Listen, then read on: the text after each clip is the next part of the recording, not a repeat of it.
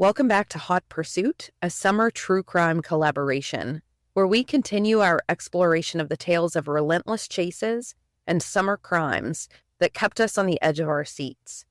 I'm your host, Allison, from Coffee and Cases podcast, and today we bring you the final part of our special series. And with me is my friend Kristen from True Crime Creepers. Today, we're turning up the heat even more with fresh tales from our fellow true crime podcasters. These stories capture the essence of pursuit, the relentless drive to uncover the truth, solve the unsolvable, and bring justice to those who need it most. Get ready for another round of intense, intriguing, and unforgettable true crime stories. Let's dive into the final part of Hot Pursuit. Let's begin our fresh pursuit with the Dark Oak podcast, where they cover mysteries, but with a purpose. Their charity, called Branch of Hope Foundation, shows their unwavering dedication. Hello, Shiver Seekers. Are you ready to follow us into the unknown? I'm Cynthia. And I'm Stephanie. You have found the Dark Oak. In today's episode, we will tell you about the tragic story of Robin Gardner, who disappeared from the beautiful Caribbean island of Aruba while visiting with her travel companion, Gary Giordano. Gary says Robin was lost to a freak snorkeling accident, but Robin's friends and family believe Gary is to blame.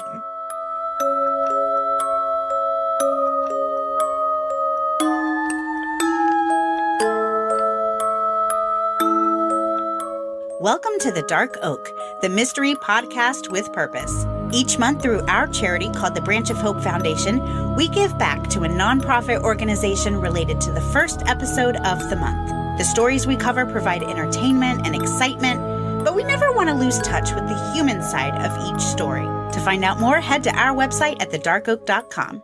Well, Cynthia, this is so fun! A summer collaboration! I'm so excited. This is awesome. I know. I want to thank the girlies from True Crime Creepers and Coffee and Cases for inviting us to be part of this collab. Kristen and Allison, you guys rock. I love the idea that we're all out trying to support each other. That's amazing. I agree. So today, I thought I could let our gorgeous listeners in on our latest summer case, which is dropping hot right now. Oh, look at you bringing in the summer fun with the hot. Hats. Now, this may not be a case you're super familiar with, but I know you recognize the name Natalie Holloway. I absolutely do. Was just listening to a podcast on her the other day. It's incredible. I cannot believe they finally convicted Vandersloot. Oh my gosh, thank goodness. Vandershoot. Ugh. Yeah, he's disgusting.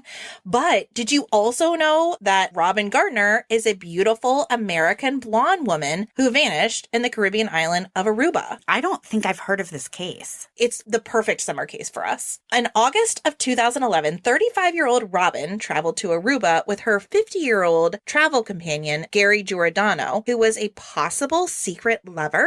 Okay, this sounds a little scandalous. A little. 2 days into their trip, Robin vanished. Now, Robin was described as a total girly girl and someone who appeared to have it all together. She loved to travel, she loved her 2 cats, Kobe and Toonsy, and she enjoyed shows like The Real Housewives of New York. She also enjoyed the finer things in life and took pride in her appearance. Unsurprisingly, she also liked being treated like a lady. Okay, I think I'd be her friend. Yeah, she sounds pretty hip. In 2009, Robin began dating Richard Forrester, who she met on Match.com. They were together 2.5 years before Robin's trip to Aruba. According to Richard, it was an instant connection. He said, quote, "She was outgoing and very friendly. She got along with everybody. She loved to play tennis, run, and stay active." And Richard paints a picture of a fairy tale romance. But unbeknownst to Richard, Robin was still active on Match.com. Oh my. After 2.5 years? After 2.5 years. She didn't just forget to cancel, because I did actually forget to cancel mine. But no, I wish I could say that was the case, but unfortunately, she was very active. Oh. Because this is where she met Gary Giordano. Oh my goodness. Okay. And it's hard to tell if they were an intimate relationship or more of a transactional one. There are a lot more details to this, but let's just say their relationship fell somewhere between friendship and dating. I don't know. I feel like there may be a third option there, as there was some insinuation that maybe Robin was even an escort. But honestly, there's no evidence to back up any of this, so we don't know. We just know they had some kind of intimate relationship. Did Richard know about Gary's existence? Richard was clueless about Gary's existence. Okay. Which makes this even harder. Robin and Gary carried on this relationship for a year before Robin's disappearance. Okay, so this was like a long time of keeping secrets. Long time of keeping secrets. Over the year Robin and Gary were in contact, Gary was consistently asking Robin to join him on exotic trips and was a little short-tempered whenever Robin would say no, which is concerning. Some red flags, for sure. Robin had always declined on any of these trips up to this point, but things changed for her when her life took a bit of a rocky turn. Robin lost her job as a dental coordinator, and this took a toll on her. It really kind of got her down. Sure, it's a hit to the pride for sure. Sure. It was during this tumultuous time, right after a fight with Richard, that Robin made what I think is a terrible lapse in judgment and a pretty knee-jerk decision to go to Aruba with Gary. Had she ever met Gary in person before? No, not that I know of. Okay. Gary seems to say, of course, after the fact, that they were very, very close, yet he's never provided any evidence that they've met each other outside of this arranged meeting. And where did Richard think she was going? Richard thought she was going to Florida to meet with her parents, which would not have been unusual. As a matter of fact, going to Orlando to meet her parents. Oh, okay. Where we're recording from. That's right. So he's thinking she's in Florida with her family. Meanwhile, she's in Aruba with Gary. Who she's just meeting for the first time in person. Yeah. Okay, tell me more.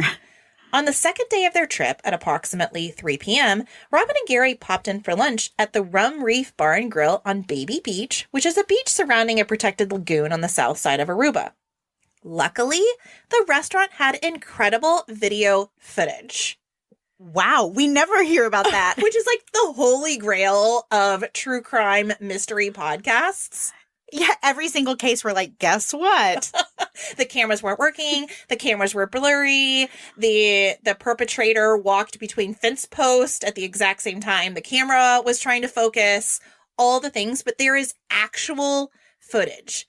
Now, there isn't actual footage of her disappearance or, again, this infamous snorkeling episode, but we get all the details before and after. Okay, that's amazing. It is. Robin was wearing a tightly fitted, multicolored, striped, full-length dress with sandals, and she had on a full face of makeup. I'm talking the mascara, the eyeliner, the lipstick, and her hair was perfectly done. She had beautiful blonde hair, lightly curled, with extensions. So to me, it doesn't exactly sound like beach-going gear.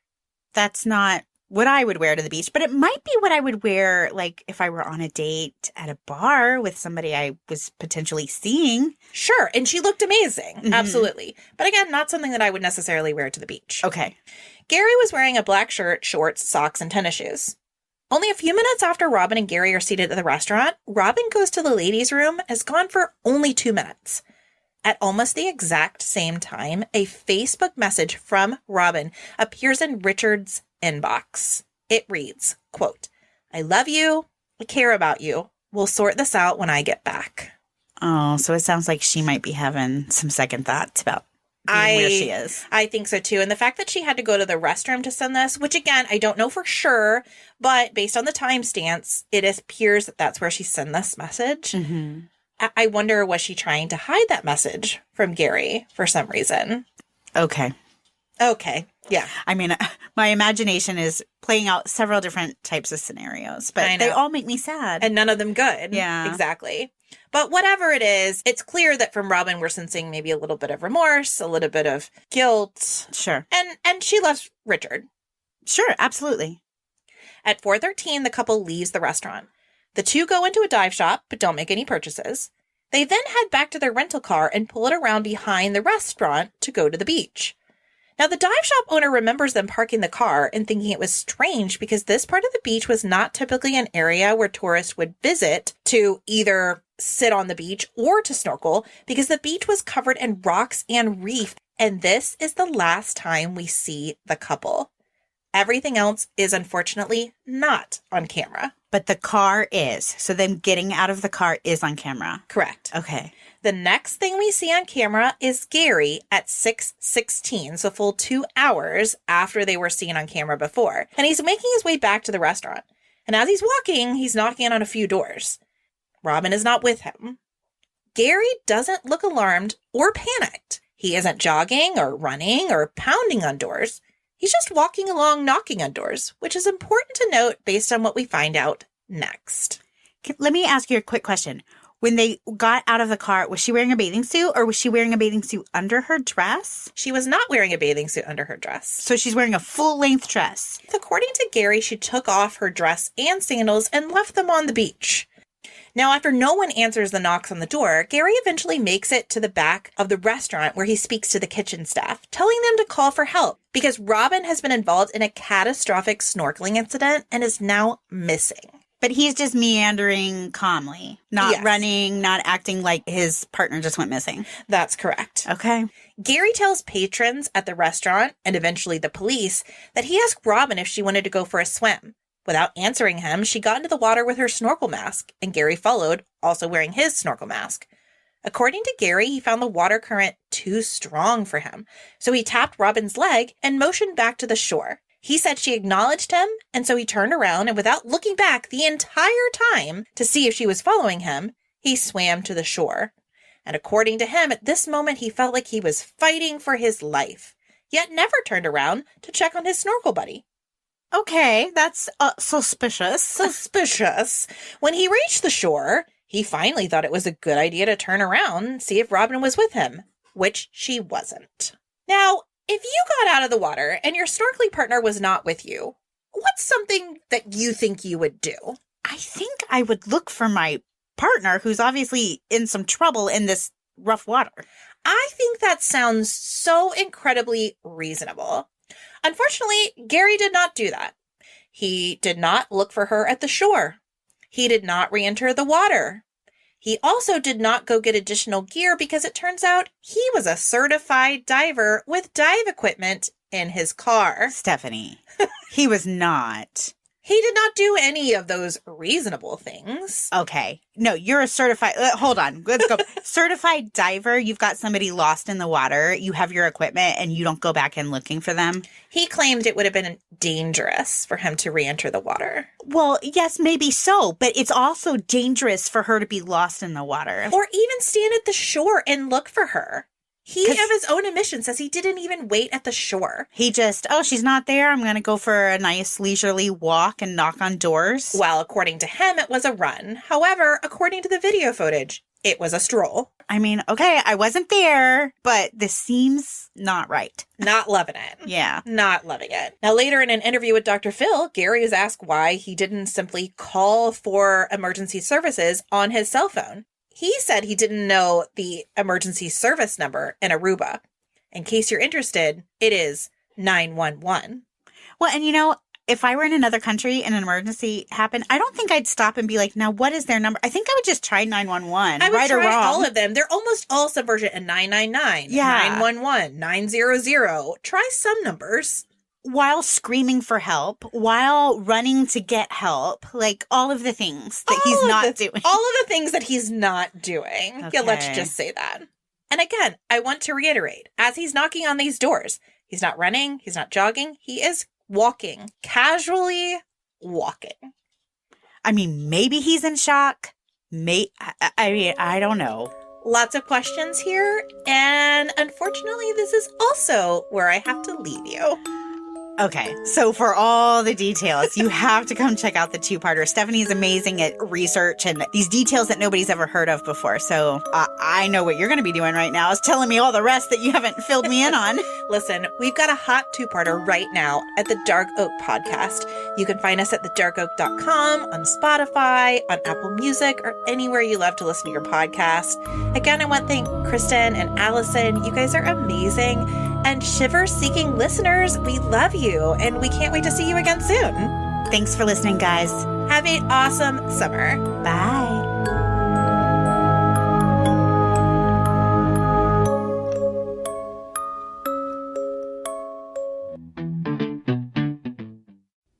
Joining us next is Key to the Case, whose passion for justice burns brightly in every episode, covering unsolved and lesser-known disappearances and suspicious deaths. Hi, listeners. I'm Sam from Key to the Case, an unsolved true crime podcast that highlights lesser-known cases. Each Sunday, I tell my co-host Sean, along with listeners, about either an unsolved murder or disappearance, and we discuss the case. All right, let's dive in. Lopez Richardson was 32 years old at the time of his disappearance in 2021. Lopez grew up in the small town of Clarksdale, Mississippi, and Clarksdale is often referred to as a birthplace of the blues. It has a rich musical heritage, with several legendary blues musicians having lived or performed there. Music was important to Lopez from a young age, and he was well versed in the history of Clarksdale. Lopez has been described as artistically gifted. When I looked at his work, some of his art, it appeared that he could create art in many forms using different mediums, but it seemed that painting was really his true passion. After high school, Lopez enrolled in Coahoma Community College, located in Clarksdale, and it was here where he met his future wife. Now, in some reports, her name has been withheld by her choice. In some more recent coverage, she has used her name, but just to err on the side of caution, we will call her T, which is the first letter of her first name. T told Paramount Plus's Never Seen Again that when she met Lopez, she had a young son, and Lopez was great with him right away. Lopez really treated him as if it were his own child, and they developed a special bond. T and Lopez eventually married, and they had a daughter together in 2011, whom Lopez adored. And overall, I got the impression that Lopez put being a father first in life, and he really doted on his daughter and his stepson, and they adored him as well. In July 2014, Lopez and T decided to make a move to Houston, Texas. Although they loved Mississippi, they were ready for a change and were possibly looking for different opportunities beyond what Clarksdale could provide. Once they arrived in Houston, Lopez got a job working as a mechanic, and a friend of his was in a motorcycle club. So Lopez became very interested in motorcycles. He joined this motorcycle club, and he began working on motorcycles in addition to cars, I think just kind of in his spare time. Did they have any family in Houston? My understanding is that their family was rooted in Mississippi, both of their families. So I don't believe they had any family in Houston, but they definitely had a couple of friends there. It sounded like when they moved there, and then they both made more friends while they were there. In July 2020, Lopez got into a motorcycle accident and sustained pretty severe injuries to his leg and foot. And during surgery, metal pins were inserted into some of the bones in his foot, and they were still present at the time of his disappearance. This injury made it more difficult for Lopez to get around or to walk great distances. After moving to Houston, the relationship between Lopez and T began to fall apart. So they made the difficult decision to separate, although they did not get divorced. At that point, Lopez decided to move to Rosenberg, Texas, because that would bring him closer to where his work was. And Rosenberg sits about 58 miles or 93 kilometers away from Spring, Texas, in the greater Houston area. And that is where T lived. So they're about almost 60 miles apart from each other. Even though Lopez and T were separated, they still maintained a friendship. There didn't appear to be hostility between them at all. And I can imagine this benefited their daughter and T's son for them to see that despite their separation, they could still have a positive relationship. Fast forward a bit to 2021, and Lopez began to merge his artistic talent with his love for tattoos. We already talked about how he was an artist, but he also loved tattoos. He had quite a few on his body, and he decided to become a tattoo artist with the aspiration of opening his own shop, which he ultimately did very shortly before his disappearance. His business was called Dear Life Tattoos in Rosenberg, and by all accounts, the shop was doing well. Lopez and T had an arrangement where their daughter would split time between them. So on July 5th, 2021, their daughter was with Lopez until he called T and asked if he could drop their daughter off with her. Lopez did not state why, but he also didn't give off any red flags at that time or act strangely. So to date, we don't really know exactly why he cut his time short with her, but we have an idea. We will have an idea. After Lopez dropped their daughter off around 11 p.m., T talked with him a few times on the phone until July 7th, so a few days after their exchange. During some of these phone calls, Lopez made alarming statements. He told T that he got involved with some of the wrong people and that he disrespected the wrong person. So did he upset someone within the motorcycle gang? Yes, my understanding is that this was at least one person within the motorcycle club. They're referred to as a club, not a gang. So it was someone within there. I think T has a good idea of who this person was or who the people were. She has not ever named them publicly. I don't blame her for not naming them publicly. But yeah, you can imagine in a conversation where your ex tells you this, the father of your child, you're going to be asking those questions. Well, who are you talking about? What did they say? So I think more details were relayed than we know. So she didn't release the information of this person who she thinks it was after he disappeared? No, because she said she thinks she knows who it was, but she isn't certain. So she's not going to put someone's name out there and say that when she's not 100% certain, or even if she was, that's something that she has relayed to the police, but she doesn't necessarily need to put their name out there. Yeah, I mean, she's probably a little bit concerned about her safety and her daughter's safety too. Yeah, I definitely think she's concerned. Yeah, and I think that's why she wasn't using her name in the beginning. She's using it a little bit more now when she speaks, but I think she was concerned. During those phone calls, Lopez also indicated that he wouldn't get a chance to apologize, although he spoke with his daughter during his last phone call and he told her that he was very sorry. Then he said, "Goodbye, I love you." When I heard this, I was wondering what he was apologizing for. What happened that was so concerning that he seemed to be scared? T remarked that saying goodbye was unusual for Lopez. He typically just said, "See you later" at the end of a conversation. So this felt like it had some finality to it. It felt a little more permanent to her. About 20 minutes after that final phone call, one of Lopez's fellow motorcycle members called T and asked if she'd heard from Lopez because they were a little worried about him. They were trying to get in touch with him. She found this timing to be odd, but could it be that he was in communication with some of the members? He was making statements similar to those he made to T.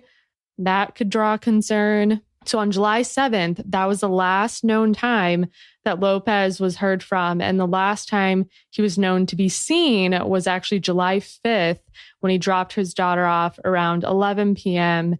in Spring, Texas with T. After that, T's calls and texts began to go unanswered, which raised concerns for T. We have to keep in mind the alarming statements Lopez made, but also that they frequently communicated. They have a child together, but they were still friends too. So it was very much normal for them to talk either on the phone or through text on a regular basis.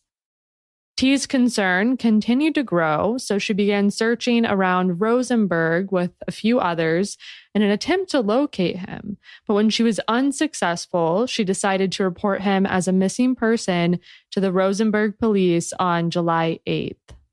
Before an investigation could even really begin, Lopez's truck, a Dodge Ram, was discovered abandoned in the woods around 12:45 p.m. on July 9th. So that was the day after T reported him missing. Strangely, his truck was in the town of Howe, Texas, which is located north of Dallas near the Texas-Oklahoma border almost 330 miles away from Rosenberg, or about a 5-hour drive away. Howe is a small town with a population of approximately 3,700. And according to T, she didn't know anyone there. And as far as she knew, neither did Lopez. There was no reasonable explanation for why his vehicle would have been in Howe. If you'd like to hear the rest of this case, along with other lesser known cases, search for Key to the Case wherever you listen to podcasts. You know, when you discover a new binge-worthy show or a song that you bump on repeat and you have to share it with your friends so they can experience just how awesome it is?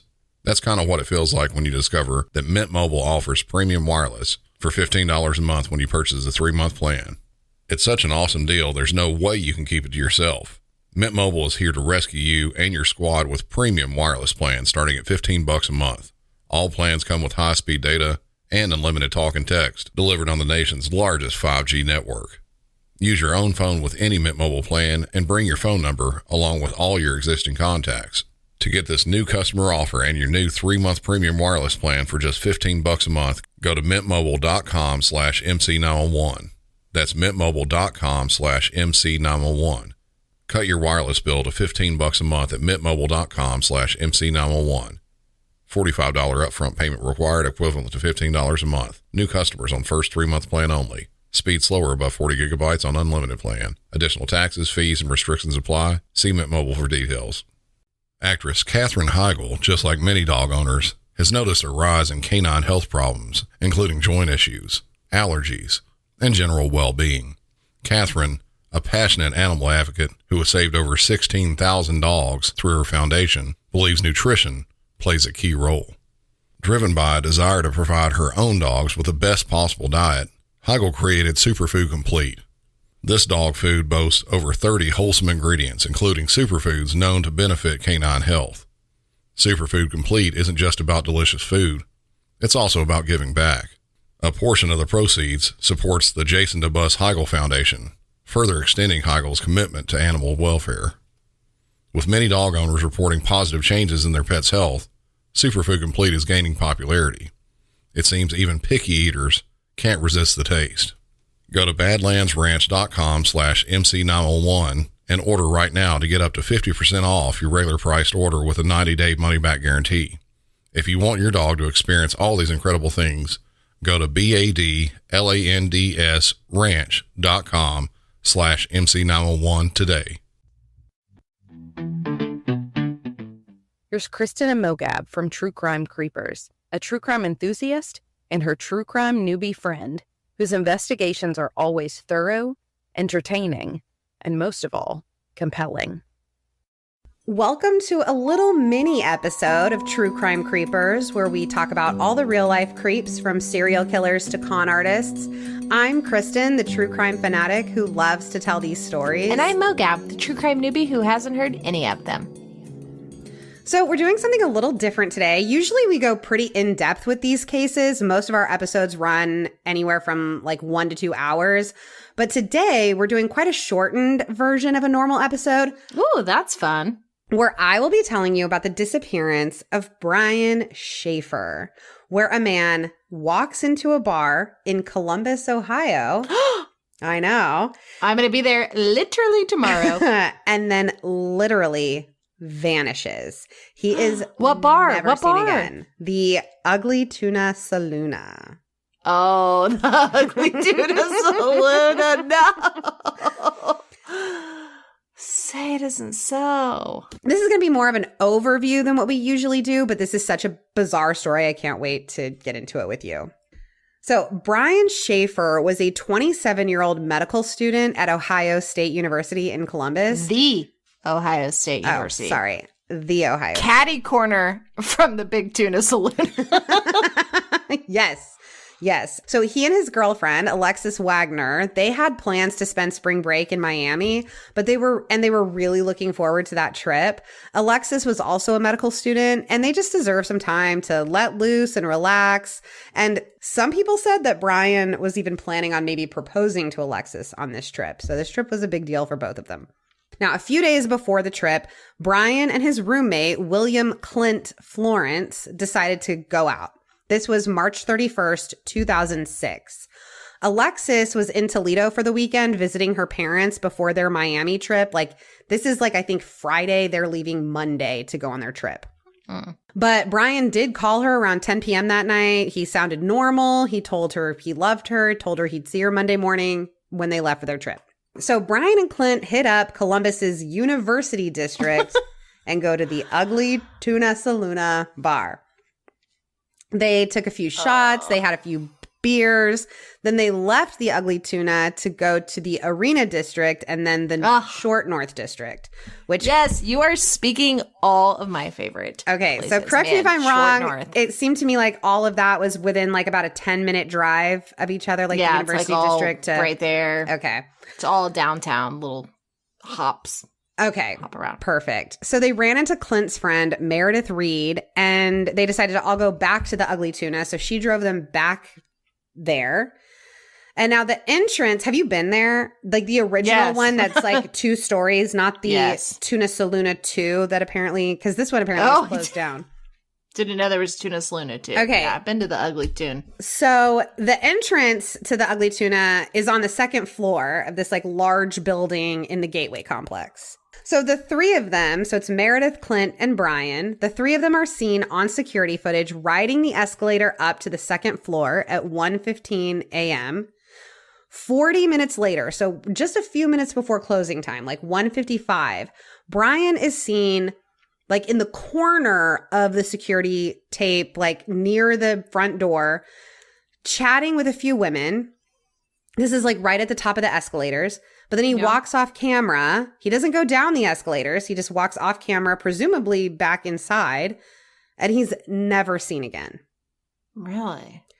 Meredith and Clint said that after they got separated from Brian, they figured he just left the bar without telling them. He did live within walking distance, so it wouldn't be that weird. They'd tried calling him a few times over the weekend, but never got a hold of him. Brian's parents were also calling him all weekend, as was Alexis, and everyone was starting to get really worried. They had already kind of started a search for him by Sunday. They were going to the Gateway complex. They were checking dumpsters and everything.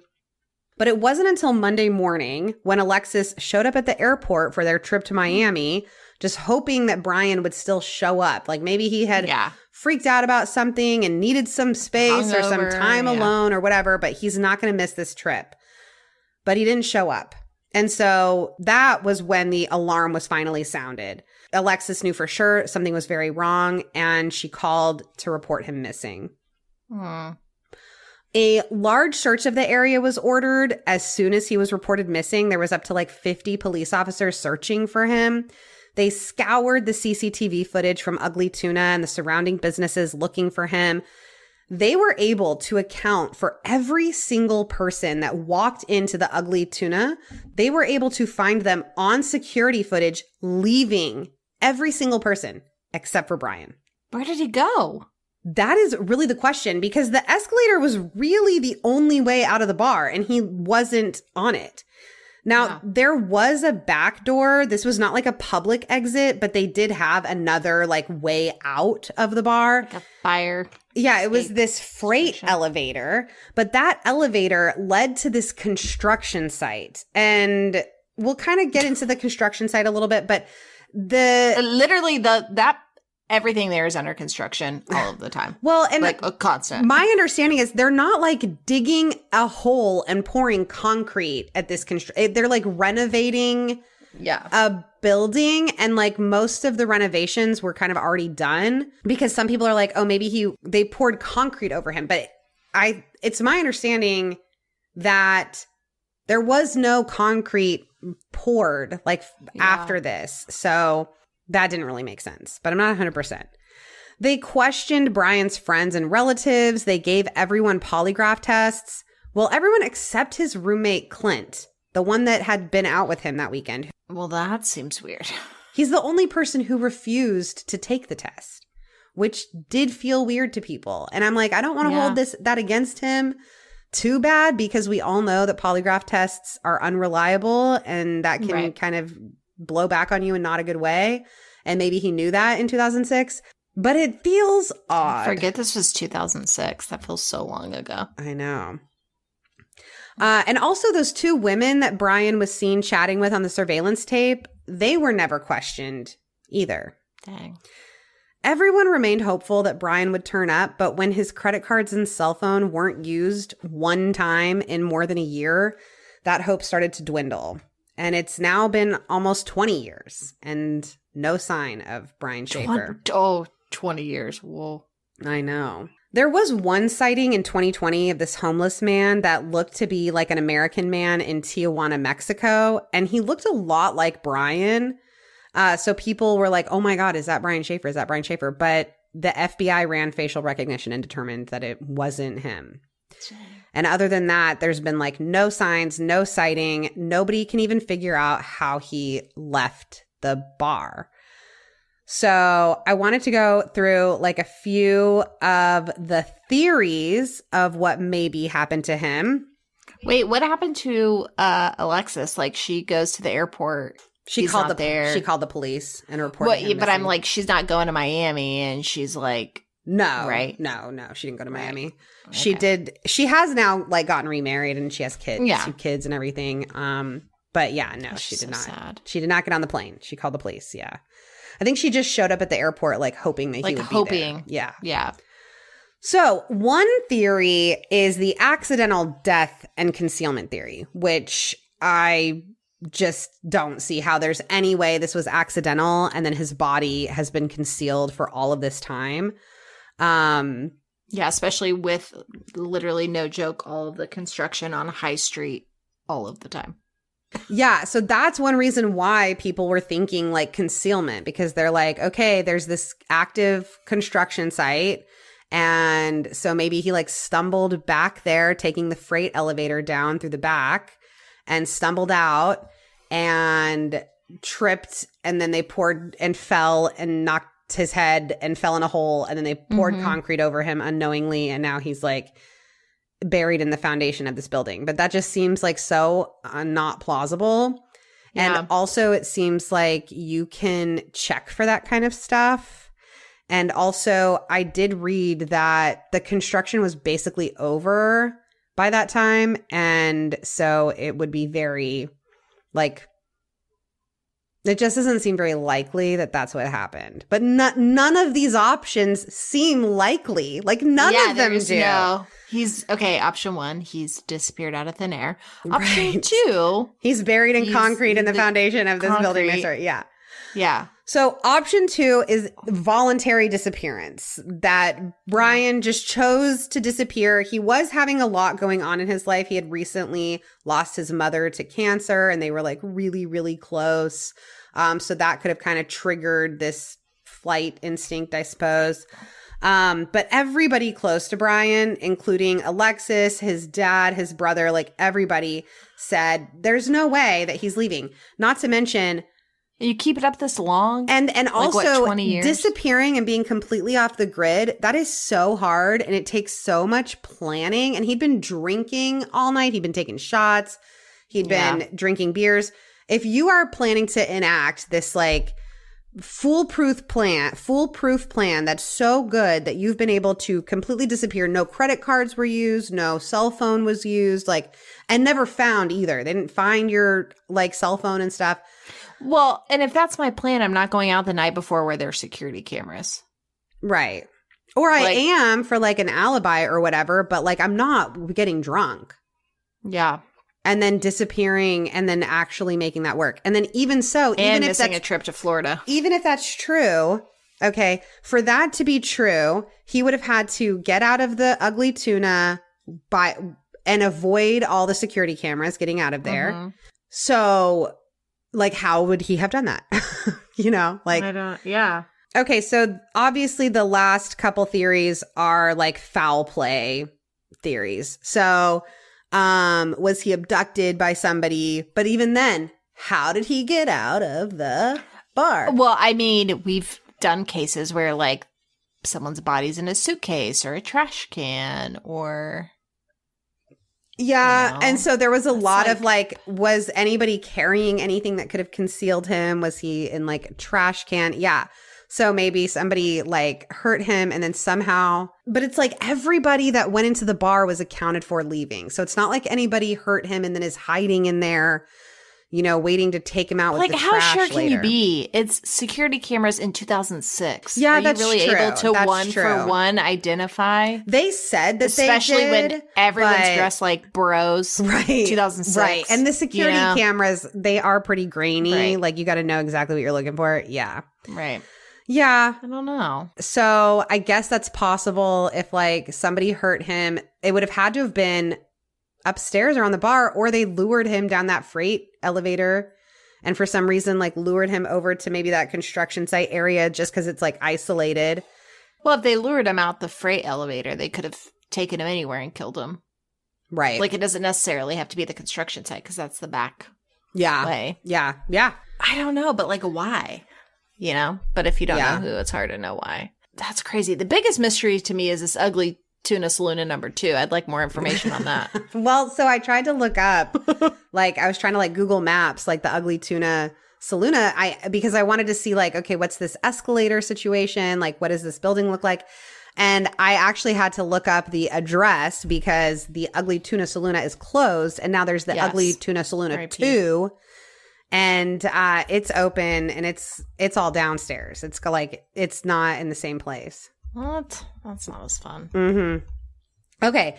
So the last and most like sensational theory that gets people all excited is the smiley face killer theory. What? So there is this like supposed serial killer or group of serial killers that people call the smiley face killers. And this actually got pretty recently, like it's gotten put in the news again. There was like this big thing about the smiley face killers being in all these different cities like last year. But anyways, it's like all of these men, like Brian's age men, were being found killed or dead. And by their body, there would be some sort of graffiti with like a smiley face on there. And so these two, I think they were like FBI agents. They were like retired though. I mean, I'm like retired like police officers or FBI agents or something. They came up with this theory that all of these murders were being done by this like group of this like team of serial killers that they call the smiley face killers. And most people, I think, just kind of figure that like a smiley face is because the smiley faces also didn't always look the same. They weren't always drawn the same. Sometimes they had a circle around them, like the head. Sometimes it was just like the 2 eyes and the smile. It was different colors. Like there was no pattern to it. So people are like, most of law enforcement, I think, is like, well, a smiley face is like the most common graffiti symbol. Doodle. Like, yeah, exactly. Like you're going to see that everywhere. And like there was no connection between these bodies. And so there's a lot of debate on whether or not the smiley face killers are even real. But they were supposed to be or supposedly active in this area. And there was, I think, a smiley face found near the area or like near the ugly tuna, maybe. There's never been any like definitive connection to Brian's case, but he does fit like the demographics of what people think the smiley face killers are after, which is like young college age men, you know, and especially after they've been drinking at bars, like that was a big thing. So a lot of people, like most of these deaths are always chalked up to being like accidents. But people are like, what if these aren't, because they're like drunk men, you know, leaving bars and because dying. the ugly tuna is known for a fishbowl the size of my entire head.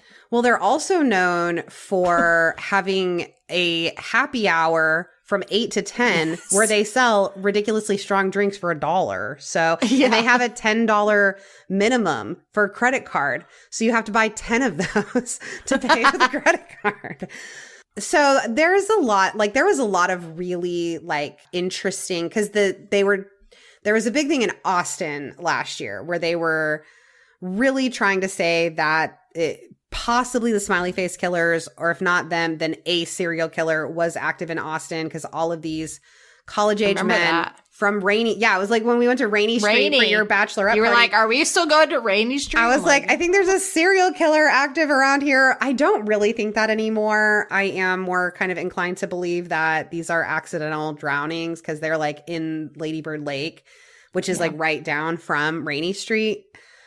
But same thing in Columbus. These smiley face killers were like supposedly active there. And so maybe Brian was killed and then dumped like in the water, you know, nearby. Is there water nearby? Yeah. Mm-hmm. Well, Rivers. maybe that's where he is. So those are kind of the theories, but just none of them are like super compelling. None of them are like, oh yeah, that's probably what happened. Like it's so just kind of frustrating and confusing. And there's a lot more to this case, obviously, but we are already going over our time. So I couldn't get, you know, as deep into it as I usually like to. But that is the disappearance of Brian Schaefer. Man, I did not know about that. Yeah. All right. Well, check out True Crime Creepers. We hope you'll check us out. Bye, peeps and creeps. Feel the heat rise with the hosts from Vintage Homicide as we join them in the exploration of various perspectives of crimes of the past. Welcome to Vintage Homicide with your hosts, me, Ruby Wild. And Miss Mayday. And we bring you historic homicide cases with deep dives into everything from the forensics used to solve the crimes, as well as pivotal events that were occurring at the time, and so much more. Let's dive into today's case. We're starting this out in New York in March of 1967 with June Fisk Maloney. She was a practicing nurse, and she was on her way to living her best life at the age of 26. She had left her allegedly abusive husband, Joseph Maloney, of 5 years, with a report even at one point he had attempted to stab her through the roof of her convertible car. That charge was never brought forth because she withdrew her complaint.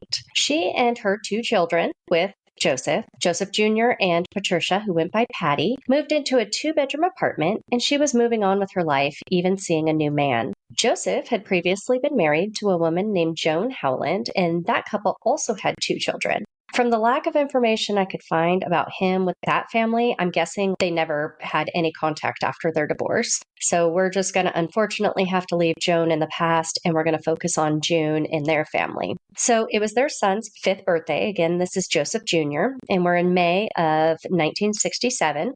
That was a reason for them to get together and just to get along, have a good day for the celebration. Unfortunately, she started to feel ill after the party, and so the next day, her friend, Wanda Mordenga, she went to her house to check on her, and she saw that Joe was already there checking on her, and he had brought a doctor with him. Now, Joe was convinced that she was just suffering from food poisoning from the party or anything that she ate before or after, but the doctor was not so sure that it was food poisoning. This was even more so evident when she fell into a coma the following day. She was brought to the hospital, and while at the hospital, the doctors were banging their heads against a wall trying to figure out what was making June sick. Joe thought he had the answer. He said that because of their impending divorce and her living alone with the 2 kids, she was depressed and suicidal, and he believed that she was ill and fell into a coma because she tried to take her own life. Insert the red flags. Shining even brighter when June finally succumbed to her illness on June 5th. So this was, 2 weeks of her from May to June. She was in a coma, ill, and died. And so they performed an autopsy on her and discovered that she had actually been poisoned with methanol. Methanol is not the ethanol that we drink. It's still an alcohol, but not. Yeah. So like you said, the alcohol that we drink is actually ethanol, which is made by fermenting simple sugars, and then it's distilled. The distillation process is how we get the strength of alcohol and its purity. Methanol is a more simple form of alcohol, but it's really toxic to humans, even in really small doses. The good thing is that normal distillation and fermentation to create alcohol that we drink, methanol doesn't really occur during that process. It can maybe in small trace amounts, but it's still safe to consume. Originally, how methanol was created was produced through the destructive distillation of wood, and that's why it was originally termed wood alcohol. As far as methanol and its effects on the body, it is actually not necessarily the methanol that is the thing that's harmful. It's really what it converts into when the body breaks it down. So it reduces into formaldehyde and formic acid. Both of those things are the things that cause the cellular hypoxia, which is cell death. It's really famous for making people blind. And we say being blind drunk, right? This is a function of it attacking the optic nerve. Even as little as 10 milliliters of pure methanol can potentially cause blindness. And a lethal dose is only about 30 milliliters of methanol. The scary thing about methanol, its taste and smell is almost indistinguishable from ethanol. It's not really easy to detect the difference. In industry, methanol is widely used as like a denaturant additive to ethanol. We use it in the lab a lot. It's because it's very similar in chemical properties. It's a denaturant. Yeah. So we would use it for a disinfectant. It's in things like antifreeze, paint removers, windshield wiper fluid. It's a very common solvent. It's a good solvent. And poisonings can happen as an accident, but generally there's labeling that would indicate that this poison is present. So poison themselves, and it's even rarer as a suicide attempt. However, some alcoholics will intentionally consume methanol as an alternative to ethanol. That's just out of desperation. In the US, during Prohibition, when alcohol was not available, methanol poisoning became very common with the consumption of bootlegged alcohol because they were cutting ethanol with methanol. So if they didn't get the ratio correct, they were using too much methanol and it was poisonous. In June's case, classic case of methanol poisoning, usually you don't notice for like 12 to 24 hours just because it feels like a extreme buzz, similar to ethanol. But then after that, you'll experience an extreme headache, dizziness, weakness, and it's like a really bad hangover essentially. But then that's followed by nausea, vomiting, and then eventually blurring of your vision and blindness. And then with severe poisonings, you can have seizures or fall into a coma. And June's case, also death. Right. And because of this, Joe being the prime suspect, he was promptly arrested and charged with her murder. Now, during the course of the investigation, to determine how he was able to accomplish such a poisoning, they started talking to the family and the friends of the family. And they found Neil Dunkelberg, and he was a basement chemist with a story to tell. Joseph had asked Neil if he knew of a poison that was odorless, tasteless, and untraceable, telling his friend that he wanted to get rid of a stray dog. Neil was weirded out by this and basically told Joseph no, and then further told his family, never allow Joseph into our basement. That's where my chemistry lab is, and he's weirding me out. Unfortunately, the Dunkelberg family went on vacation, and he left his sister to house sit, but he didn't tell her about the warning of Joseph. And so she didn't know about the ban, and she allowed Joseph to go into the basement to collect whatever he wanted. This is apparently where he got the methanol.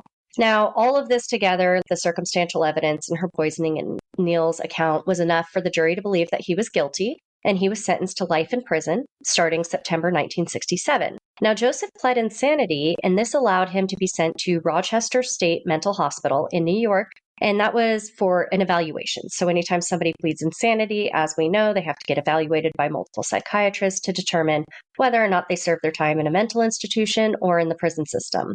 Unfortunately, it only took 2 weeks for Joseph to escape this mental hospital. And that's because in the past, he had been a janitor at that hospital. So he knew all of the ins and outs, and he figured out how he could leave completely undetected. And there was no sight of the man until 1973, when bartender Michael O'Shea had to call the Gardaí to his house in Dublin because he had been burgled. Gardaí is like, it's the same as our police. They're their own kind of Yes, that's correct. history. So the Gardaí, that's an informal name. It means the guard. Originally, the formal title is the Garda Síochána, which means like the guardians of peace. So it's really pretty. It takes its name after its French counterpart, which is also the Guardians of Peace, but in French. It changed from originally, it was called the Civic Guard under the English. And then Ireland adapted its own police force in its own Irish titling. Right. So they're so pretty.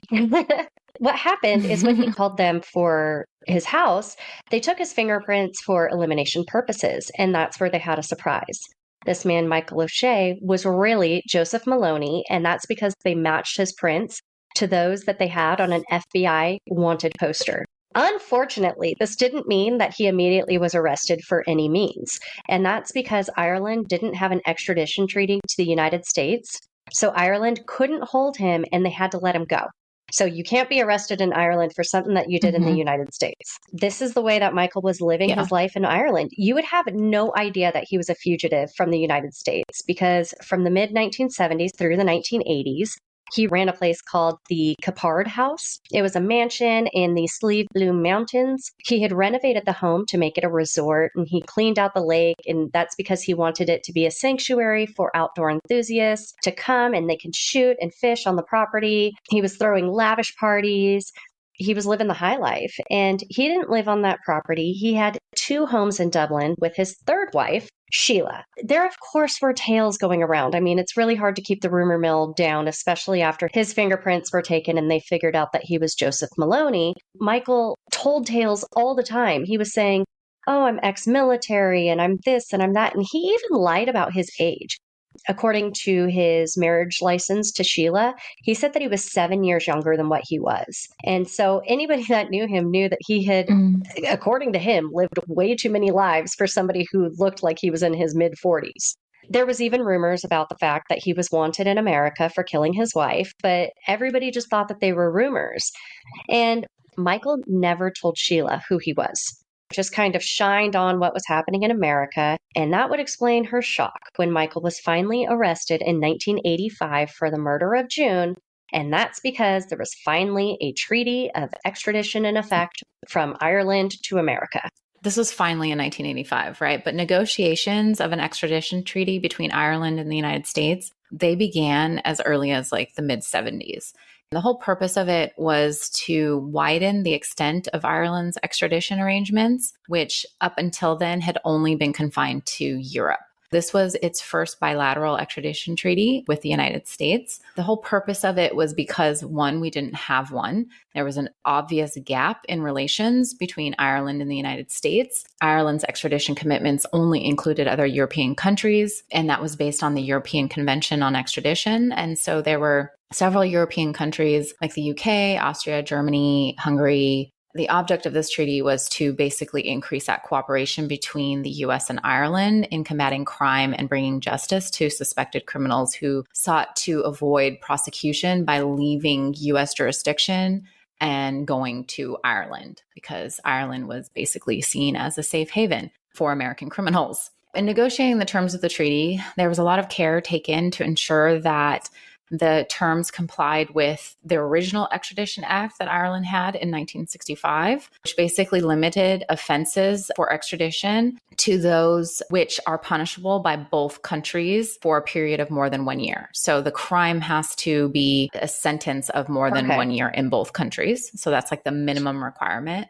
Following this treaty, basically 5 people were wanted for prosecution in the United States. They submitted requests to Ireland to get them extradited in accordance with the treaty. 2 people basically were subsequently extradited. And that was because of all of the challenges in the courts. Of these 5 people requested for extradition, one of which was Joe Maloney, because he had been living in Ireland under the alias of Michael O'Shea. He was finally apprehended at that time by Irish authorities under the extradition treaty. But unfortunately, he was released from custody because the treaty started to completely collapse. And this was mostly because of a lot of the appeals. And there was a lot of Irish Supreme Court cases that were basically fighting the extradition to the United States and other countries. And so basically the Supreme Court released Maloney, and they got it wrong once again in a series of several extradition cases where there were appeals that went to the Irish Supreme Court. So with that precedent being set, that regardless of this treaty, the Irish government would set them free. Basically, Ireland continued to be seen as a haven for fugitives from justice. So in 1986, Maloney walked out of an Irish prison So and then he went on the lam. Now we have, and that's where he faded into the ether until a new investigative podcast recently released called Runaway Joe. It's brought to you by Tim Desmond and Pavel Barter. And they were able to discover that Joseph actually died in 2005 at the age of 70. Sheila Chandler, his third wife, confirmed the account before she too died in 2010, and she never told anywhere where he had been buried. So if you're looking for a good multi-part, in-depth coverage of this case, go ahead and check it out. There was like a whole thing. They had moved to Berlin and I want to say Turkey, and it was all about them jumping all around, and it was a huge He moved to other countries that didn't have extradition to the United States. In case Ireland and the United States picked it back up again. They were also able to determine that Joseph had not 4, so the 2 previous to Joan and the 2 to June, but he had 6 children, 2 from Joan, 2 from June, and 2 from affairs that he had while he was married to June. And this was all developed by the help of DNA. And the children were only now recently all aware of each other, and they all started to get into contact. So we know that this is short and sweet. It's just a tease of what we offer over at Vintage Homicide. So while you're adding new podcasts to your summertime listen library, go ahead and give us a follow. And we're not going to cut you completely off from our little dad jokes. So, Miss Mayday, what is the best asset for a fugitive? Yes. His lie I don't know. ability. What? Get it? Oh, okay. Say bad dad jokes. You get those too. Liability. Right. Thank you guys so much for tuning in. Well, thank you. When the chase gets hot, the stories get hotter and funnier. Take a hardcore look at softcore crimes with Leroy from Excuse Me, That's Illegal. What's up, everybody? Leroy here, host of the Petty Crime Podcast, Excuse Me, That's Illegal. And have I got a hot story for you that just screams summer. This tale takes us to New York. Gotta love New Yorkers. Hey, watch it, pal, I'm walking over here. Car horns blaring everywhere, lots of traffic. I've never been, that's just what I picture when I hear of New York. To narrow it down, this crime happens in Chelsea, which is a neighborhood on the west side of Manhattan. And of course, it goes down at everyone's favorite summer spot, at least mine, and that's 7-Eleven. 'Cause that's where the Slurpees are at, baby. Ah, Slurpees. Often imitated, never duplicated. There are so many imposters out there, and none of them taste quite as sweet. Just kidding, they're all basically the same. It's not a complicated recipe. Slush with some artificial syrup flavoring in there. They got hundreds of flavors. Every convenience store seems to sell them these days. 7-Eleven is the only place that can officially call them a Slurpee. Circle K is the big convenience store in my area. Their slushies aren't bad, and they call them Frosters. Anywho, this fine 7-Eleven establishment is located at 194 7th Avenue. That's between West 21st and 22nd Streets. Imagine being a cabbie in New York City. That'd be a nightmare. All those numbers sound confusing as heck. I checked out images of this place. It's your typical 7-Eleven. Fluorescent lighting, sweaty hot dogs and taquitos, spinning around collecting dust and disease on those rollers. Big gulps, pizza slices, cigarettes, potato chips, energy drinks, and a big old Slurpee machine, of course. It's beside a place called Fancy Nail and Spa. Fancy spelled F-A-N-C-I-E. The sign out front says they also give foot and back rubs. Nice. We have a couple reviews to read for the 7-Eleven, not the nail spa. This place gets 2.8 out of 5 stars, our lowest rating yet. And that is out of only 23 reviews. Let's see what this is all about. Joel B. gave this 1 star a few years ago and said, quote, "Their team is not friendly. They are very confrontational. The store owner said she is the owner and can talk to anyone however she wants. She don't have no respect. And I wouldn't recommend no one to support their madness. They are disrespectful, all over wanting to charge me for a hot dog before I received it. Then tell me to stand in line to pay for my drink after. Shaking my head. Good luck." End quote. Let's get another one from Steve S. He says, "Poor management. Employees are always late to their shift. Roaches and rats running around the store floor. Quit my job on December 26th of 2018. There are no benefits for employees either. Okay, I guess we have to take that with a grain of salt, as he sounds like a former disgruntled employee. So that's the store we're dealing with, a busy 7-Eleven in New York City, with rude employees and an alleged roach and rat infestation. With all that taken into account, let's be flies on the wall of this store back in the hot and humid summer of 2016. It's Sunday, August 28th, it's 3:45 p.m., and one of the employees is on the phone with the cops. Enough is enough. He's calling the NYPD to report a theft. The police show up, and manager Havim Mahisi explains to them what's been going down. You see, for over 3 weeks now, some guy has been walking into the store, filling up a small cup at the self-serve Slurpee stand, then strutting out without paying for it.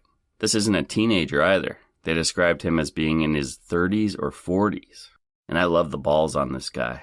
A little more info about the layout of the store. The Slurpee stand is located at the very back, so he grabs the drink, then he has to walk the length of this place with the icy treat to get out of there.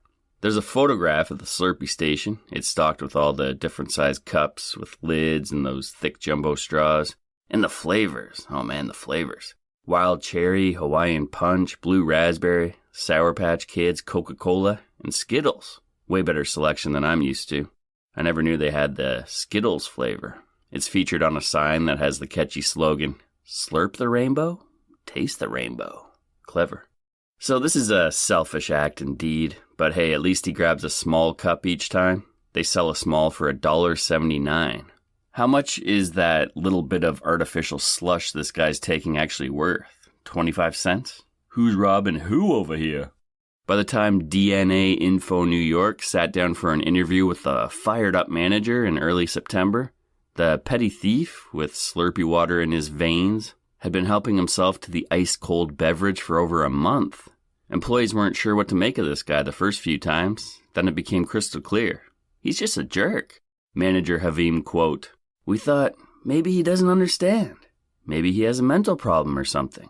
But no, he's totally normal. After we spoke with him, he 100% understands. He's doing it on purpose." End quote. Another employee chimed in and said, quote, "It's just a hassle. But what are you going to do, you know? It's a Slurpee." End quote. Exactly. You can kind of see their predicament here. You don't want to tackle the guy over a $2 drink. In the grand scheme of things, it's not really a big deal. This being New York, I'm sure they deal with these small thefts on a regular basis. It's the habitualness of it all that has them up in arms. The guy's coming in almost daily. He's a regular, and it's become a part of their day. A serial Slurpee thief. It's great. Maybe this guy's poor and can't afford the tasty treat, or maybe it's all a game for him. He enjoys the angered employees' reactions. It's just a big joke. I'm going with the latter. Let's get yet another manager Havim quote. On his way out, he shows the cup and says goodbye. He shows the cup like he's laughing at us. End quote. Okay, it's official. It's definitely a joke to this man. Instead of just trying to sneak out with anyone knowing, in a final FU to the employees, he raises his glass and bids them farewell. I love the showmanship. Thanks, guys. See you tomorrow. The best. The NYPD say they'll keep an eye out for the guy, but let's be honest, they're not looking. Surely they have more serious crimes to contend with. The store is going to have to take matters into their own hands, take a more aggressive approach. Keep an eye out, and when they see him, cut the guy off before he makes the long walk to the back of the store and refuse him service at the Slurpee station. That shouldn't be hard, right? Wrong. The Slurpee bandit is just too sneaky. Final manager Havim quote. We tried to catch him, but whenever the store is busy, he sneaks inside and takes a cup and then leaves. It's like he's watching us from outside. End quote. Oh man, we're dealing with a criminal mastermind. With the amount of effort the Slurpee bandit puts into these mini heists, I say just let him have it. Maybe even flip the script on him. Kill him with kindness. He seems to get off on angering the employees, so when they see him, they should ask how his day's going. Chat about the weather. It's a hot one today, isn't it? Give him flavor recommendations. As he's leaving, tell him to have a nice day, or say, thank you, come again, see you tomorrow. Or just go, hey, enjoy, that one's on me, bro. He'd probably lose interest or actually start feeling bad. LipstickAlley.com covered this story. Yes, I have only the best sources. And the message boards were getting lit up. A few people were on the store's side, but an overwhelming majority were siding with the bandit. Swedish Chick X3 said, "To be honest, I really don't care if someone wants to steal a bunch of Slurpees. This story is hilarious, and we should just let him keep doing what he's doing." 877 Cash Now says, "I hope he's stealing the pina colada flavor. That one is so good." They went on to say, "I think I might know who it is. If there was a reward, I'm turning him in. Someone should track her down and interrogate her." Lala Sharp has a good idea. She said, "They should do like the BSS. They blow up an image of the person stealing along with a blow up of the person's face and place it on the window to put him or her on blast for others to identify and I guess humiliate the person to the point he might not ever enter again." I don't know what the BSS is, some store I guess, but that's a good idea. Try to shame him into stopping. That might backfire and turn the guy into a local celebrity though, just adding more fuel to the fire. To my knowledge, the serial Slurpee bandit in New York City was never caught. At least if he was, it didn't make any headlines. Police probably would have just urged him to stop and told him if he didn't, they could nail him for petty theft, mischief, all the usual stuff. I'm sure over time he just lost interest and moved on. Either way, I'm raising a glass to the serial Slurpee bandit, because I like his style. Enjoy the rest of your summer, everyone, because I know I will.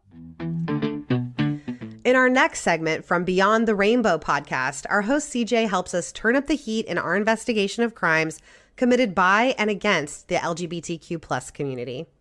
Hey there, I'm CJ from Beyond the Rainbow, True Crimes of the LGBTQ+. Your gender and sexual identity doesn't matter for you to listen to my podcast.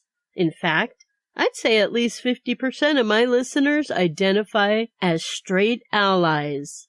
So welcome.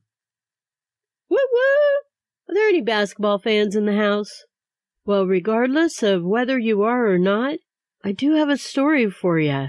And in my opinion, it's always important we give voices to the victims. At the beginning of the year 2014, NBA superstar Reggie Bullock had 3 sisters and 1 brother. The pro team Reggie was best known for being part of was the Detroit Pistons. Reggie's now with the Houston Rockets. He's called a small forward, with his height being 6'6" and weight around 205 pounds. And quite frankly, that's not very small to me. In the summer of 2014, Reggie lost one of his sisters. She was murdered. This sister, Mia Henderson, was born as Kevin Long. Kevin Long is what her dead name would be. And just in case you aren't quite sure what a dead name is, it's a person's given name that they no longer wish to be called. Therefore, the name is dead. And since Mia was assigned male at birth, it stands to reason she most likely suffered from gender dysphoria. That is, up until her transitioning into a female. For my research, I often equate gender dysphoria to wearing underwear that are 6 times too tight 24/7. It's a discomfort that nags at the person who has to bear it. Relief from it only really comes from hormone therapy and later gender reassignment surgery. I hope that helps some to understand. I had to compare it to something so I could get a grasp of it when I first started my podcast.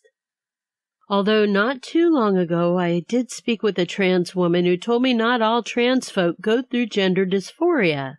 And I guess that perplexed me. And I should have asked her, then why bother? If it isn't physically or mentally unbearable to be the gender you were assigned, why would anybody want to put themselves through the heartbreak of possibly being ostracized, not just by friends and family, but by a good portion of society? Not to mention screwing with your hormones and having any surgical procedure done to your body if it's not a necessary procedure for good mental and physical health. But I didn't ask her, so I really don't have an answer. Which is why I'd say a good portion of trans folk do suffer from gender dysphoria, and nobody should ever have to be uncomfortable in the body they were born in. In the summer of 2014, 26-year-old Mia was living in Baltimore, Maryland. July 16th, Mia was hanging out on a street. It was well known as a place sex workers frequented. This was in Northwest Baltimore. Mia was a survival sex worker, and she'd been arrested twice before.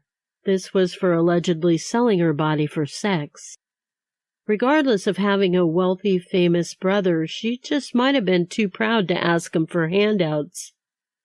A neighbor who lived in the area Mia was working said she had looked out her window around 5 a.m. and she saw Mia duck into an alleyway with a light-skinned black man. The man was wearing a white t-shirt, a white baseball cap, and blue jeans. The neighbor said that the man was looking around as though he were nervous. An hour later at 6 a.m., Mia's body was found. She'd been stabbed to death. That same neighbor who witnessed Mia walking into the alleyway with the sketchy-looking man had said she had seen Mia in the same spot many times in the early morning hours for months leading up to her death. After Mia's autopsy report came back, the medical examiner found DNA from a potential suspect under her fingernails. Police arrested and charged a 42-year-old very dark-skinned man named Sean Oliver with Mia's murder. Sean ended up going to trial, and even though it seemed that the prosecutor had an airtight case against him, especially with Sean's DNA under Mia's fingernails, the DNA was easily explained away by Sean. He told the court that the night before, he and Mia had consensual sex. Phone records seemed to confirm what Sean was claiming. The jury acquitted him of Mia's murder. And with Sean no longer a suspect for Mia's murder, her case went cold. The day Reggie Bullock received the news of Mia's murder, he took to social media to mourn the loss of his brother Kevin. Critics came down hard on him for using Mia's dead name and non-preferred pronouns. But since this, Reggie has used his platform to speak out in favor of the LGBTQ community, and especially trans folk. And as a side, tragedy hit again for Reggie Bullock in 2019. He lost yet another sister in Baltimore. 22-year-old Keosha was also murdered. Rest in power, Mia and Keosha. Again, this was CJ from Beyond the Rainbow, True Crimes of the LGBTQ. And I want you to know you matter. Remember, it's not a crime to be gay, bi, trans, or to live your truth. Unless you're a murderer. Here to heat things up even more is the mother-daughter duo from Murder and Mimosas, who sip mimosas and hone their investigative skills each week. Welcome to Murder Mimosas. I'm Danica. And I'm Shannon. Today we are part of a collaboration talking about the summertime, and we decided to pick out a case that has been cold for quite a while and could use the heat to bring it back to life. We're going to talk about Robin Farnsworth. So Robin was from the little town I graduated from in Bon Aub, Arkansas. She was a 15-year-old mother. She had a little girl when she went missing. She was, I think I said she's 15, but she was 15 at the time. Her mother happened to call her in missing about 4 days later, and they felt like she was a runaway because she had ran away before. And the police didn't really look into it. They just felt like she was a runaway. They didn't do anything they really should have done. And there wasn't really anything said about it until around March, when two boys were arrested on another charge. While they were arrested or sitting in jail, one of the young men, Donnie Temple, gave a statement to the jailer stating that he knew what happened to Robin, that Derek Grubbs, who was 18 at the time, had taken him out to a barn and showed him that Robin had been beaten, that he'd beat her and covered her with newspaper. The police did go out to the barn and they found decomposition and a purple fingernail, but they never found the body at that time. And that was all they did. They never looked any further for her at that time. In 1997, a hunter who was just a mile or so away from his home came across the remains of what was clearly a human skull with the jaw detached. He contacted the police to let them know, because he also found very small shoes, which he thought was a child's shoe. Very little was told to him at that time. He didn't hear much about it then. One officer did tell him that it was likely the remains of Robin Farnsworth from 2 years previous, since this was the same general area where Donnie had given a statement to the jailer about Robin's body being. Despite the hunter keeping an eye on the news, checking the newspaper, nothing really was said about the remains that he found. Now, it wasn't full remains, but there was definitely enough for them to do some sort of testing. In March of 2003, just 3 years after leadership changed within the department, unclaimed and unlabeled box was found in the evidence room. When it was opened, there were bones inside. Again, it was unclear whose they could be because there was nothing labeling these or tying them to any open cases. They sent the bones off to have them tested, and it ended up being those of Robin Farnsworth. They had been unidentified remains for many years. Family had no idea that she had, in fact, been found. It was just very heartbreaking for family and the loved ones of Robin, especially her brother and her daughter, who all this time had no information about where her mother had gone, if she had in fact just ran away, or if something sinister had happened. Back, didn't her mother think that she had seen Robin at times? Yes. So when Donnie, you talked about his statement to the jailer, they spoke to Robin's mother, who claimed that she saw Robin after the time that Donnie had claimed to see Robin's body in the barn. And since they, at the time that he gave a statement, was unable to find any evidence to confirm or deny, they really didn't take it any further. But it seems that, considering we were talking feet away from where Donnie claimed to have seen Robin's body as where her remains were found, that he was likely correct. But the sad thing is, despite this, there have been no arrests made and no real investigation done. Robin's family still has no idea what happened to Robin or had any justice in her death. An extremely sad event. Her daughter is grown and does not have any answer. She has pleaded on local television. Robin's brother has also pleaded on local television. He has made statements to newspapers. He even wrote an article asking for answers.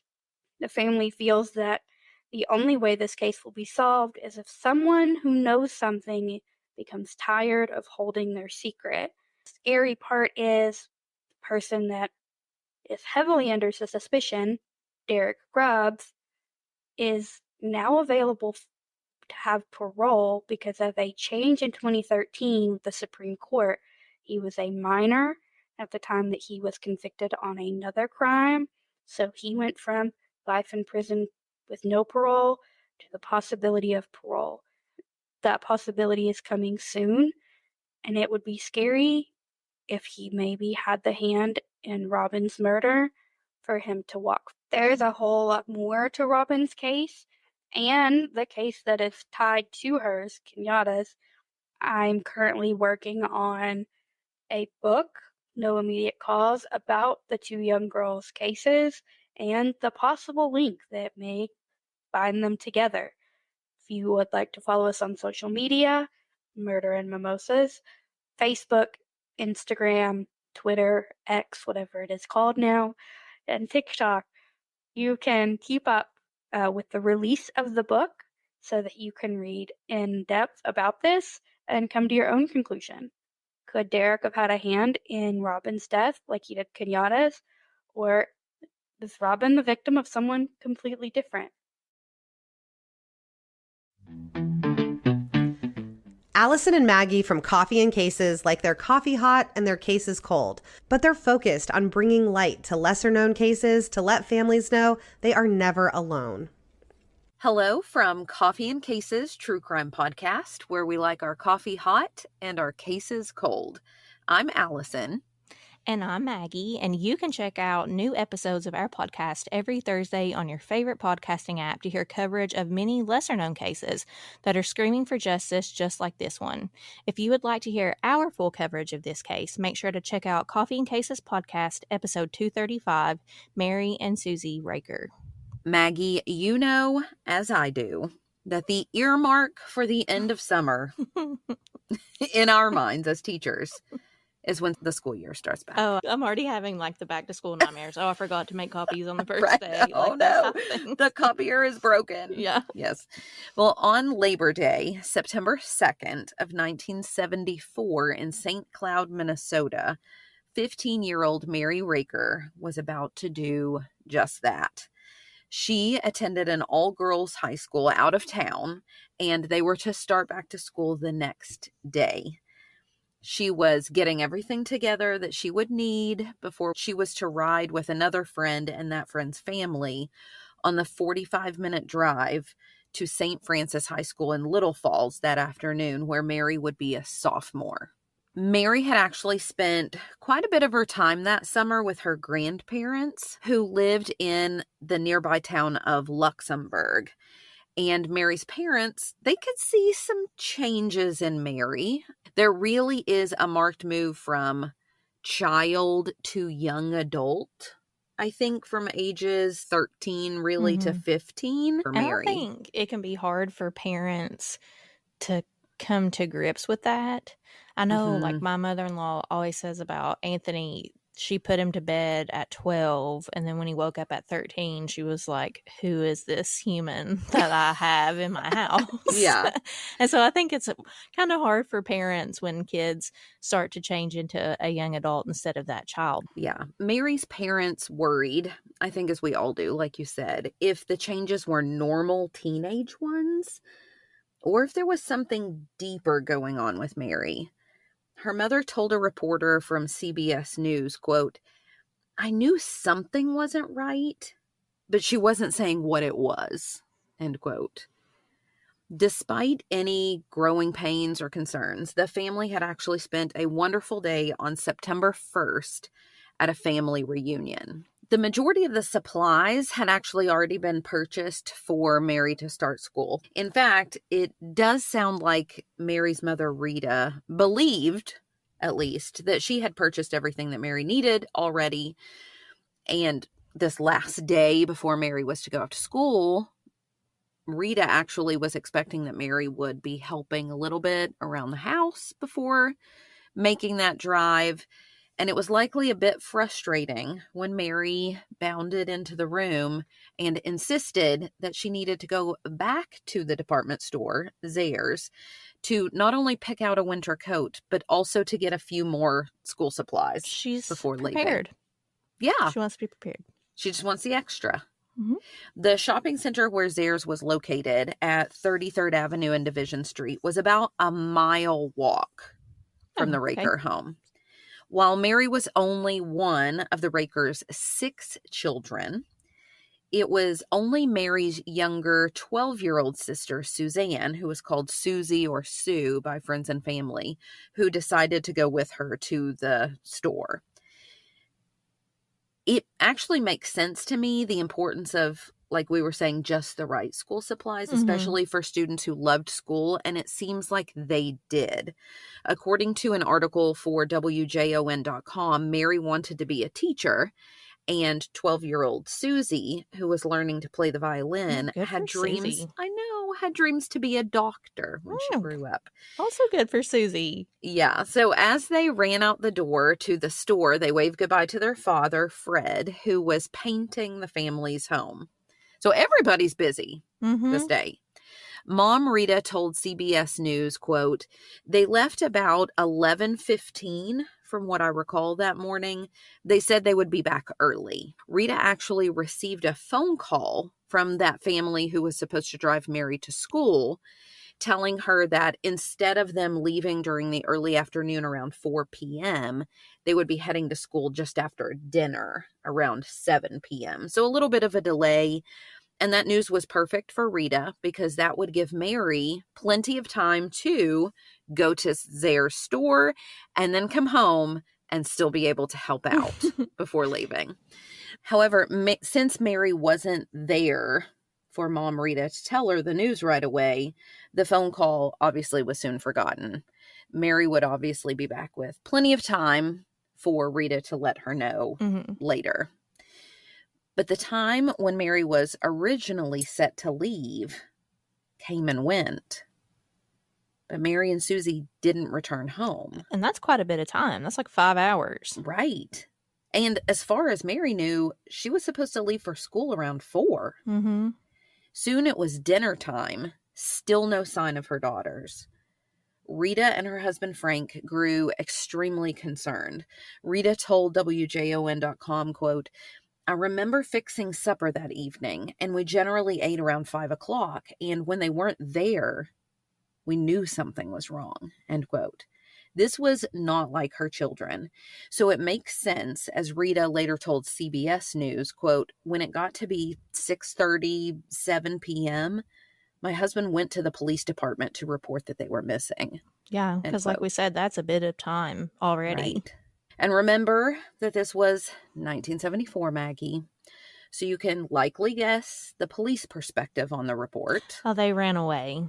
Mm-hmm. Per an APM Reports article published October 11th, 2016, and written by Jennifer Vogel and Madeline Barron, quote, "Fred and Rita had a hard time getting the case taken seriously by the St. Cloud Police Department, which believed the girls had simply run away, and later the Stearns County Sheriff's Office, which was in the middle of an election. It just seemed we couldn't move the powers that be," Raker said. "So family members searched on their own. We were very frustrated at that time and angry about the whole thing," end quote. That's such a common theme for episodes or cases, rather, that we have covered. I just feel like maybe lives could be saved if we took things seriously from the get-go. Right. And what is the problem with taking things more seriously? Exactly. Eventually, even though there were many mistakes that have long been noted about the investigation, some additional details were discovered. Here are some of the gaps that have been filled in thanks to sightings of Mary and Susie. A manager at a Shopko store saw Mary and Susie right before noon. An hour later, around 1 to 1:30 p.m. or just after, a neighborhood boy named Jacob Younger ran into the two girls in Zare's. Which makes sense because they left like around 11. Yes. And it's a mile away. Mm-hmm.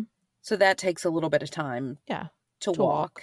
As the two girls continued on, he saw them headed toward the grocery section of Zare, which from the descriptions in my mind sounds a lot like a Walmart because it had groceries, clothing, yeah, and all kinds of other goods. I was picturing a Sears, like an old-timey Sears. Does Sears have groceries? I don't know. I don't think so. I don't know, maybe. That's just what's in your head. Yeah. Yeah. The grocery section of the store was closed for the holiday. Remember, this was Labor Day. But interesting. The section with winter coats could be accessed by walking through the grocery section. So that the details of that sighting, plus it being by a neighbor who knew the girls, made sense, and that sighting is trusted. So we at least know their whereabouts until around 1:30-ish. But there was something that Jacob Younger overheard bits and pieces of in a private conversation between Mary and Susie that haunted him after their disappearance. Younger told a reporter with the Minneapolis Star in 1977 that he heard 12-year-old Susie say to her older sister Mary something like, quote, "I don't want to go with that man. I don't like him. Let's not," end quote. Oh. As Jacob Younger was leaving the store himself, he noticed a nervous-looking man outside the store. Gives me chill bumps. Well, here's the thing, though. Whether this is the man that Susie was referring to is unknown.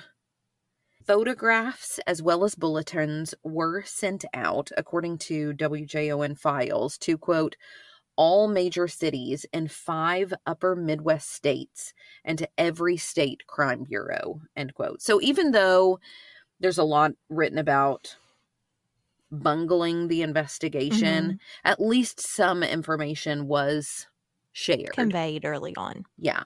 Descriptions of the 2 girls and what they were last seen wearing: Mary in jeans, an army fatigue jacket with raker on the front pocket, and her green wire-rimmed glasses, and Susie in blue corduroy pants, a short white cotton jacket, and gold wire-rimmed glasses were also distributed. Then the days and the weeks passed, Maggie, with no additional words or details. The girls were seen in Zayre's, and then nothing that we can verify. And it saddens me that the Raker family, who had just celebrated a reunion, was now so disjointed. Just shy of 4 weeks after the girls' disappearance, the family received additional news around 2 p.m. on September 28th, 1974. 2 teenage boys had been in the quarry area near Waite Park and had stumbled upon a body. The body that was discovered was 12-year-old Susie's body. Again, this was around 2 p.m. When police responded, they found her fully clothed, but her body had been placed under a bush in some tall grass about 13 yards from the quarry. She had been stabbed 13 times. Wow. Yes. In surveying the area, police also located clothing, but the clothing wasn't Susie's. It was clothing that matched Mary's outfit that she was last seen wearing. Obviously, they know we've got to do more in-depth searching in this area, and after searching the waters below, that is where they located around 6 p.m. that same day, 40 feet below the surface of the water, 15-year-old Mary's body as well. Mary, found nude, had been stabbed 6 times. So very violent ends these girls met. Very. Neither girl had defensive wounds. And because of decomposition, investigators were unable to tell whether either girl had been sexually assaulted. Of the clothing collected, they found Mary's pants and underwear on the cliffs of the quarry in a way that led them to believe that the perpetrator had tried to throw them into the water below as well. Which makes me think maybe there was some type of assault. Her bra had been cut off of her and cut into 4 pieces. Rita Raker told St. Cloud Times reporter David Unz, quote, "We definitely went through all those emotions of just fear, first of all, because we didn't know who it was, and then anger that so little seemed to be done at the time, and it seemed like nobody knew what to do," end quote. One thing was clear now, though, Maggie. Passing off the girl's disappearance as a runaway situation could no longer be an excuse.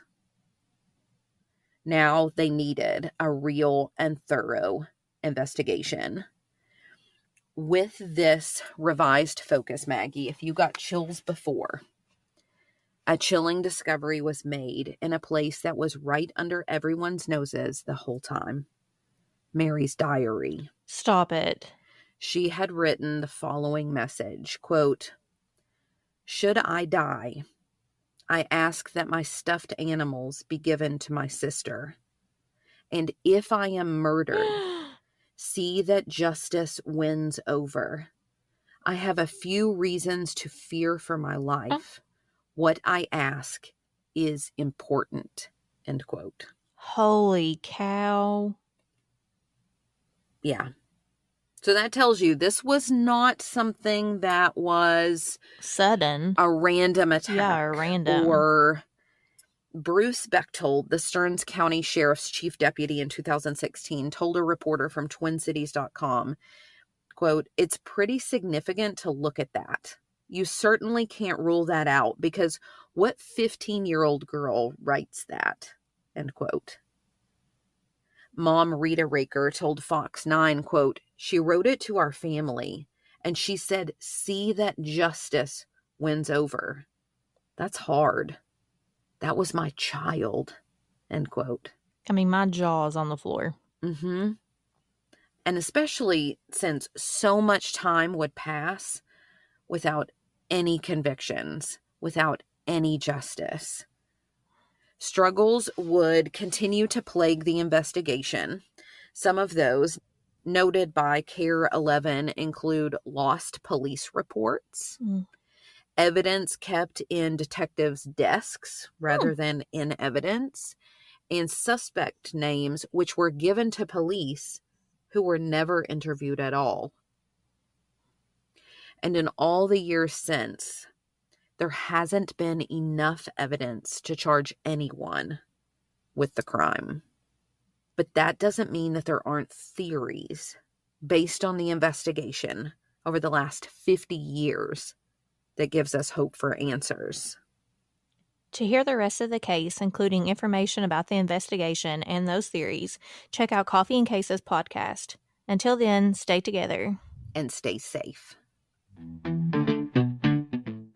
Bringing us to a close is Dawn from Method and Madness podcast, where pursuit of the truth takes center stage, exploring every angle with intense dedication to immersive storytelling, insight, and advocacy. Kristen stepped outside the trailer into the hot, humid August night, closing the door behind her. She headed toward the road. It was dark, around 11:30 p.m., with only the soft, glowing light from nearby homes guiding her way and a blanket of stars above. As the grass met the roadway, Kristen placed a bare foot onto the pavement.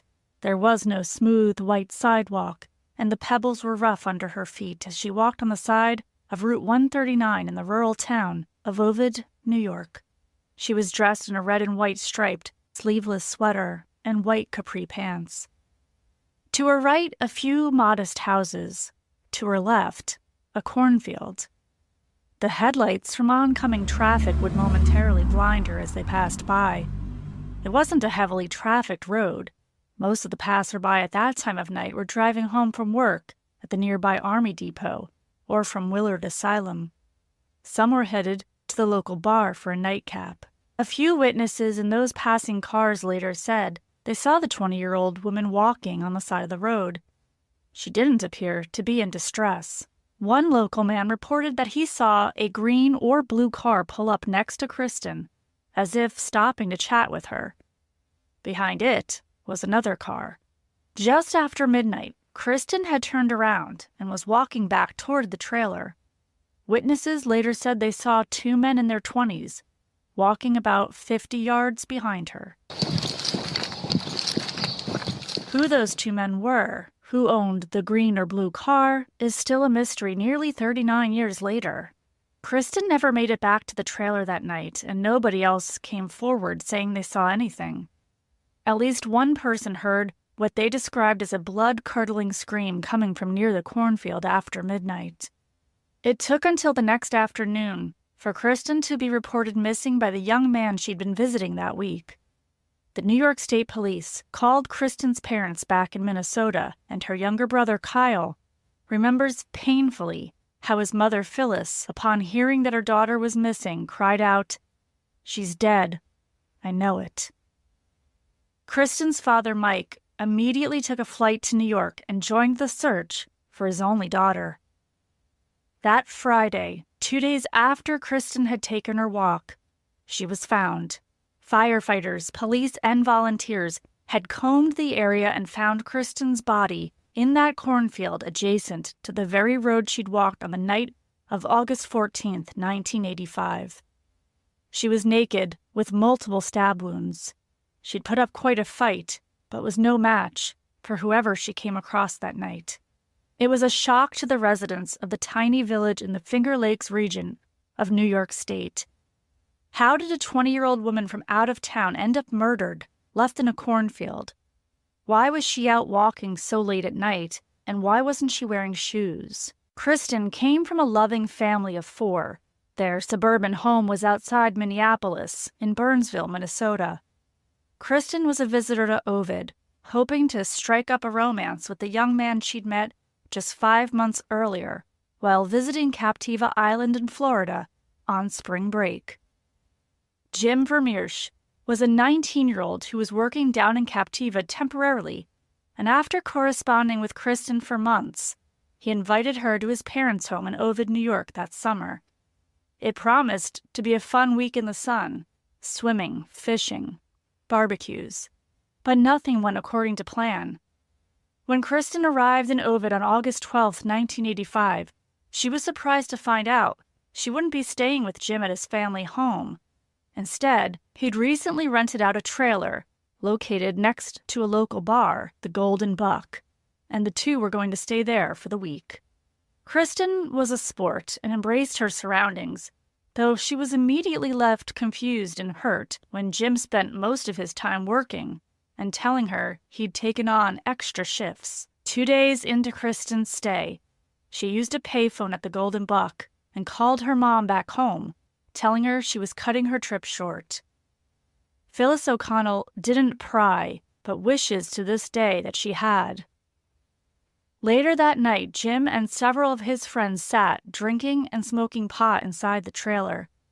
Kristen, feeling ignored and wondering why she'd been invited out there in the first place, spoke with one of the party guests and was told that Jim had at least one girlfriend there in Ovid. Kristen was known to take night walks, and it wasn't unusual for her to do so that night.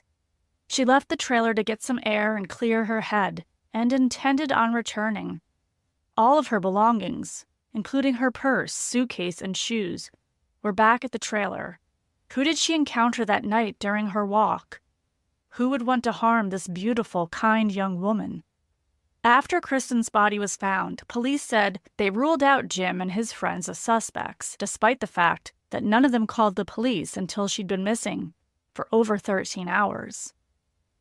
Rumors began swirling around the tiny rural village, and to this day, they still do.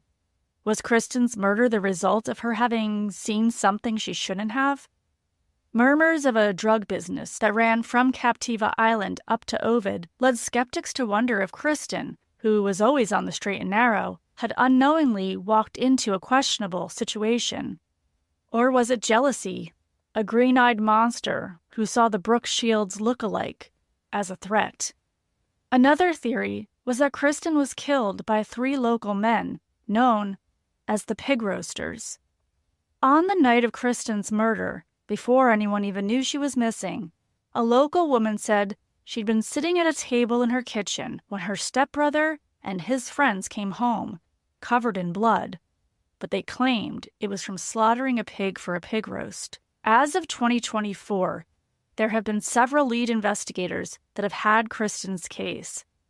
Advocates have pleaded with New York State Police to use an outside forensics lab to test the evidence that was found in the cornfield, Kristen's clothing, and the hairs that were found. Kristen's mother, Phyllis O'Connell, is now 84 years old.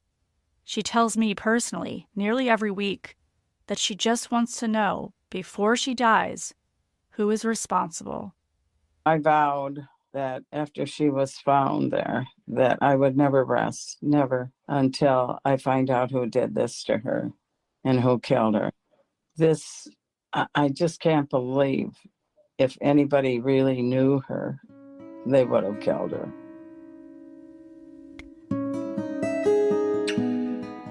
This case was brought to you by Method and Madness, a true crime podcast. I'm Dawn, and you can listen to this show on your favorite podcast platform. Find more at methodandmadnesspodcast.com. Thank you.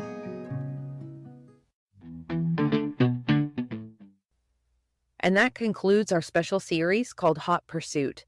These stories have taken us through the grueling efforts of those who refuse to let the flames of justice die out. From summer crimes to cold cases, the pursuit of justice is a journey that demands resilience and determination. A heartfelt thank you to all the podcasters who contributed to this collaboration. Your dedication to uncovering information about and to sharing these stories is truly inspiring. Remember, the pursuit of justice doesn't end with us. And if any of the cases we've discussed resonate with you, share the stories, spread the word, and keep the search for truth alive. Stay connected with our podcasters by liking and following their shows, which are listed in our show notes. Thank you for joining us on this journey. Until next time, stay vigilant, stay informed, and remember that together we can keep the fire of justice burning brightly.